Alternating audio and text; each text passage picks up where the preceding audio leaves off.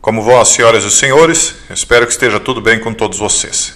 Enquanto eu navego aqui pelo Instagram da The Economist, verificando algumas capas dela, inclusive desta aqui, que fala do choque energético, o primeiro grande choque de energia do mundo, eu quero dizer para vocês que eu até gostaria de me ater com mais detalhes nesta questão em específico. Só que são tantas as coisas acontecendo ao mesmo tempo que eu vou ter de adentrar em pelo menos 4 assuntos no vídeo de hoje, todos correlatos, todos conectados entre si, que é o choque energético, a escassez de alimentos, os insetos comestíveis e a nova ordem de estoques.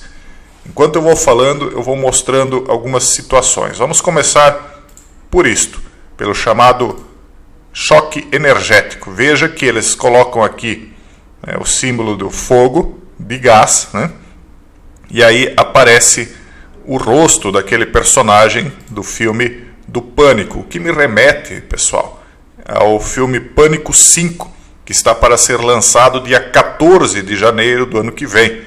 Agora veja só, 14 é 1 mais 4 igual a 5, nós estamos tratando do Pânico 5, e 2021 é 2 mais 2 mais 1 igual a 5. Nós temos a repetição de 3 vezes o número 5. Então, será que eles estão prevendo um choque energético para janeiro do ano que vem? Não sei. Vamos ver o que diz essa matéria aqui. O primeiro, veja bem, o primeiro grande choque energético da era do Greenman. Lembrando, nós vamos falar de 4 assuntos diferentes e vocês vão entender por que nós vamos interconectar eles. Veja só, os líderes mundiais no próximo mês se reunirão na cúpula da COP26, dizendo que pretendem definir um curso para que as emissões globais líquidas de carbono cheguem a zero até 2050. Enquanto se preparam para empenhar sua parte nesse esforço de 30 anos, o primeiro grande susto de energia, no caso choque, aqui está mal traduzido como sempre, da Era Verde está se desenrolando diante de seus olhos. Desde maio, o preço de uma cesta de petróleo, carvão e gás disparou 95%. Vocês acham que essa nova Era Verde será para todo mundo? Eu sempre dizia, pessoal, no antigo canal Casando Verbo, eles querem sim preservar o mundo para as futuras gerações, mas não é para as futuras gerações de todo mundo, é para as futuras gerações deles. Enquanto hoje muitos já nem deixam a sua própria geração se desenvolver plenamente, ela é extraída da fonte, vamos colocar assim para não ter problemas, Ela é extraída já na fonte, eles têm famílias grandes, eles estão planejando o futuro da família deles, enquanto eles preservam o mundo e encarecem tudo de tal forma que poucos estão podendo bancar esse custo da nova Era Verde, que muitos sempre bateram palma, vamos criar aí um mundo mais ecológico. Tudo bem, o mundo tem de ser preservado, evidentemente que sim, ele tem de ser mais racionalizado, o uso dos meios de sobrevivência humana, sim. Porém, hoje o que nós estamos vendo é que o carbono que eles querem economizar, que eles querem eliminar, como muitos estão dizendo, talvez não seja exatamente os gases que saem das vacas, como sempre se falou. Lembrando que o ser humano também é feito de carbono. E isso nos leva, além do alto custo, do alto preço que está ocorrendo vamos lembrar, primeiro grande choque energético da Era Verde, onde a cesta de petróleo, carvão e gás disparou 95%, lembrando que o gás na Europa se falava em 300%, 400% de aumento. Não é só isso, nós estamos vendo aqui também a The Economist anunciar o quê? Uma escassez de alimentos. Então, eles colocam aqui, nessa animação, aqui eu tirei da The Economist do Instagram, eles colocam o quê? Uma maçã numa prateleira vazia. Nós estamos vendo circular aí fotos de vários locais do mundo mostrando prateleiras de supermercados vazias, e aí nós vemos aqui apenas uma maçã que vem rolando junto com algumas folhas, e na maçã está desenhado o globo terrestre, né? A simbolização da Terra. E veja só aonde que nós estamos vendo escassez. Nós estamos vendo escassez em partes da América, na África, na Europa e no Oriente Médio. Mas aqui nós não conseguimos ver a parte asiática, ela fica atrás. O que será que eles estão querendo dizer com isso? Será que a escassez será realmente mundial ou apenas aqui mais para o Ocidente? Né? E isso nos leva a esta matéria aqui, o problema de escassez da economia mundial. Ó, todas matérias recentes, né, pessoal? Essa aqui eu até era para ter analisado com vocês antes, só que agora casou que é possível juntar outros assuntos para economizar o tempo de vocês também. Veja só, a escassez substituiu o excesso como o maior obstáculo ao crescimento global. Obstáculo colocado por quem, né? Uma década após a crise financeira, o problema da economia mundial era a falta de gastos. Famílias preocupadas pagaram suas dívidas, governos impulsionaram a austeridade e empresas cautelosas restringiram os investimentos, especialmente em capacidade física, enquanto contratavam funcionários de um grupo aparentemente infinito de trabalhadores. Agora os gastos voltaram com força, à medida que os governos estimularam a economia e os consumidores desabaram. O aumento da demanda é tão forte que a oferta está lutando para se manter. Os motoristas de caminhão estão recebendo bônus de assinatura, uma armada de navios porta-containers está ancorada ao largo da Califórnia, espera que os portos sejam liberados, e os preços da energia estão subindo vertiginosamente. Claro, quanto mais se consome energia para produzir víveres, mais sobe o preço da energia, a lei da oferta e da demanda, né? Então, à medida que o aumento da inflação assusta os investidores, a superabundância da década de 2010 deu lugar a uma economia com escassez. Mais uma vez, vou lembrar aquilo que nós falávamos lá há 7 anos atrás. Quem será o novo faraó, eu dizia. O Brasil tinha todas as condições de ser o novo faraó, de ter feito estoques de alimentos para o mundo inteiro. Tinha 7 anos para isso. Não fez. Agora, 7 anos depois, começa aquilo que antes era fartura, né? 7 anos de vacas gordas, agora começa os anos de vacas magras. Isso nos leva a outra matéria, essa aqui ainda mais aterrorizante, digamos assim. Isso aqui também eu já falei muitas vezes para vocês. Ela trata de se alimentar de insetos, os insetos comestíveis. Quantas vezes, pessoal, eu falei lá no início, até antes disso aqui tudo começar, que eles estavam preparando as pessoas para viver o Snowpiercer. As pessoas acham, isso tudo é por acaso, tá bom. A gente não pode dizer muita coisa, mas para vocês são bons entendedores, vocês entendem o que está acontecendo. Eu falava lá em 2019, 2018, mas principalmente comecei a falar bastante em 2020, do Expresso do Amanhã, Snowpiercer, onde eles comiam aquelas barrinhas de cereal, aquelas barrinhas pretas, né, que depois eles descobriram que eram feitas de barata, e elas eram cheias de proteína. Aquelas barrinhas eram para as classes dos últimos vagões, né? E aí a gente descobre que o Snowpiercer, ele mais uma vez estava passando por uma revolução, e uma revolução que não era promovida pelos fundos, como o pessoal dos fundos acreditava, mas era uma revolução produzida pela própria elite, feita para quê? Para diminuir a população dentro do Snowpiercer. Entenderam, pessoal? Entenderam? Era feita para diminuir a população, de forma que as pessoas do fundo viessem causando a revolução em todos os vagões, ou seja, eles primeiro causaram fome para o pessoal da classe mais baixa do Expresso do Amanhã, e aí eles começaram a fomentar, colocaram a cabeça da cobra lá no fundo, lá na cauda. Lembre-se do Round 6, o 1 encontra o 456. Quem era a cabeça da cauda de verdade no Expresso do Amanhã? Era aquele velhinho que conversava com aquele que se tornou o líder da rebelião. Eu não estou falando do Snowpiercer série e nem do Snowpiercer nova versão. Eu estou falando daquele primeiro Expresso do Amanhã, onde tinha um velhinho que, se você parar para analisar, ele era a cabeça, igual o velhinho do Round 6. Ele sempre foi a cabeça, e ele se encontrava com a cauda, ele ia lá para o fim do trem. se encontrar com o líder da rebelião. Então eles incentivaram uma rebelião, ou seja, um ataque a todos os vagões, e aí naquela G, né, que aconteceu entre as classes, foi diminuído grandemente o número de pessoas dentro daquele trem. E mais uma vez eles comiam baratas, né, pessoal? E isso aqui, ó, pessoal, veja só, isso aqui é uma matéria recente. Alimentar 9 bilhões de pessoas, tudo isso da The Economist.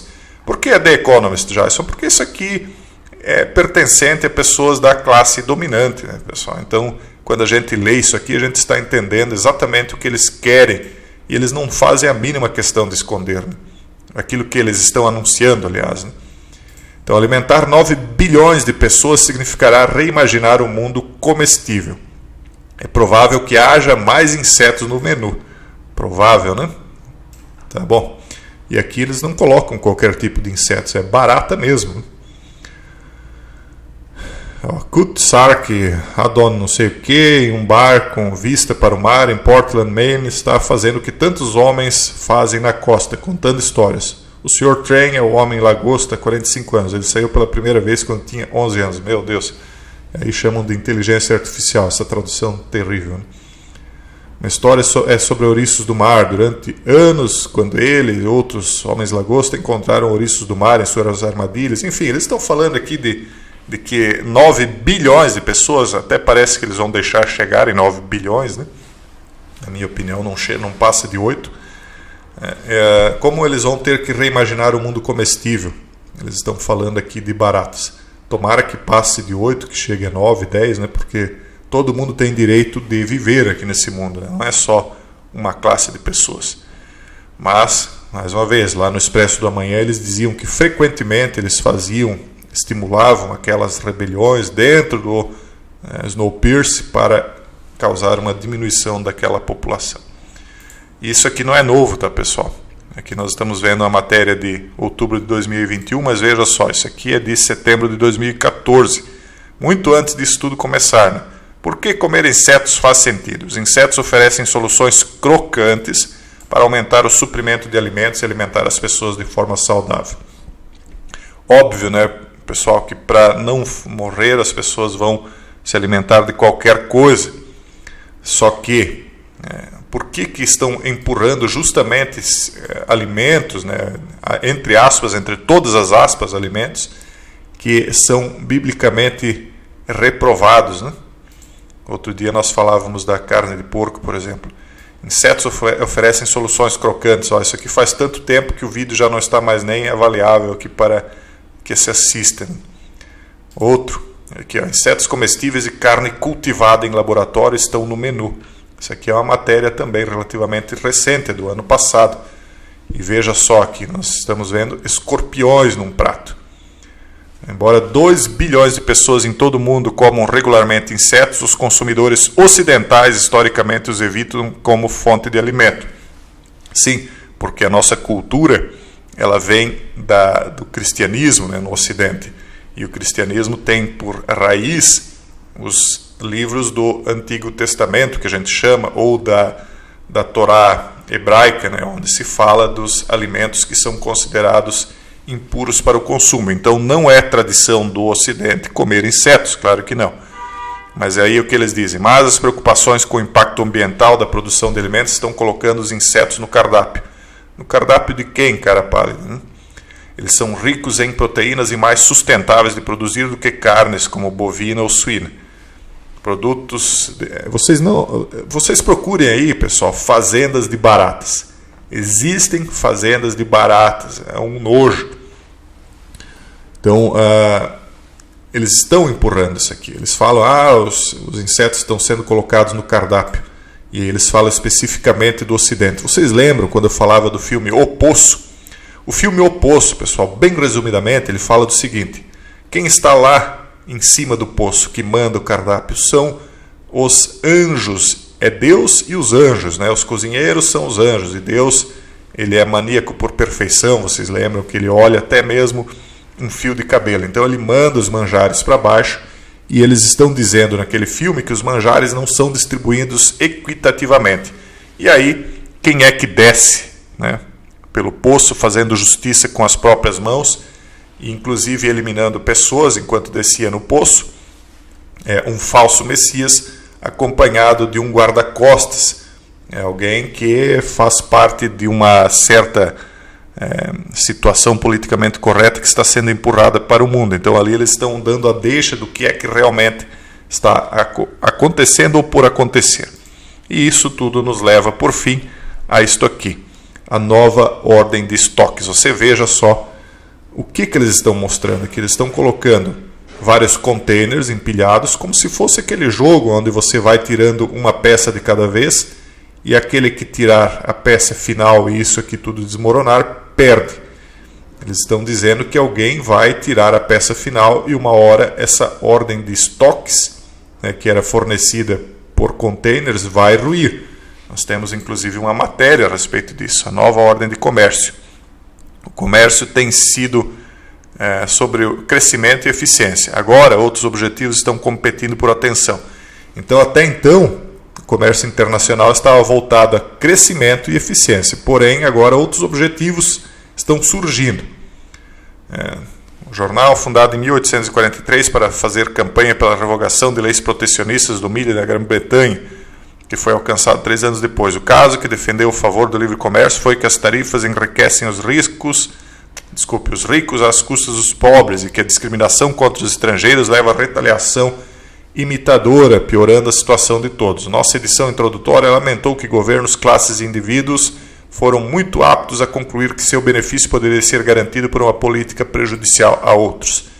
Então eles estão dizendo aqui que os países não devem e não podem salvaguardar o seu próprio interesse alimentar ou de estoques de comércio por protecionismo, e que isso deve ser compartilhado entre todos, ao mesmo tempo em que estão aí falando em instituir uma taxação global, impostos globais, coisa que também, mais uma vez, nós avisávamos há muitos anos e que está sendo implementado exatamente agora.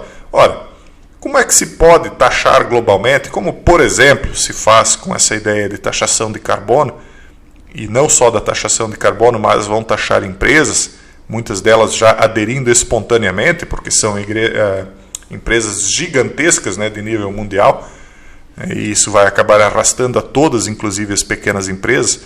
Como se pode criar taxas como a de carbono e a de empresas de nível mundial se não existe um governo de nível mundial? Ora, se não existe, se cria uma nova ordem. E é isso, pessoal, que nós estamos vendo nascendo diante de nossos olhos. Eu estou devendo para vocês falar sobre a questão libanesa. Eu acho bastante importante nós tratarmos sobre, especificamente, a falta de energia naquele país, os apagões que estão acontecendo lá, porque nós observarmos o dia a dia dessas pessoas vai fazer com que a gente tenha noção do que pode acontecer por aqui também. Isso tudo é consequência do azar, do acaso, eles não estão aí... Enfim, eu não vou nem entrar muito no mérito para não complicar mais ainda a situação. Mas, pessoal, prestem atenção, quando todas as peças são colocadas enfileiradas, como naquele jogo de derrubar dominós, e alguém empurra a primeira peça depois de tê-las organizado, qual é o objetivo? Que caia apenas a primeira peça? Eu deixo um forte abraço a todos vocês e até o próximo vídeo, se Deus quiser.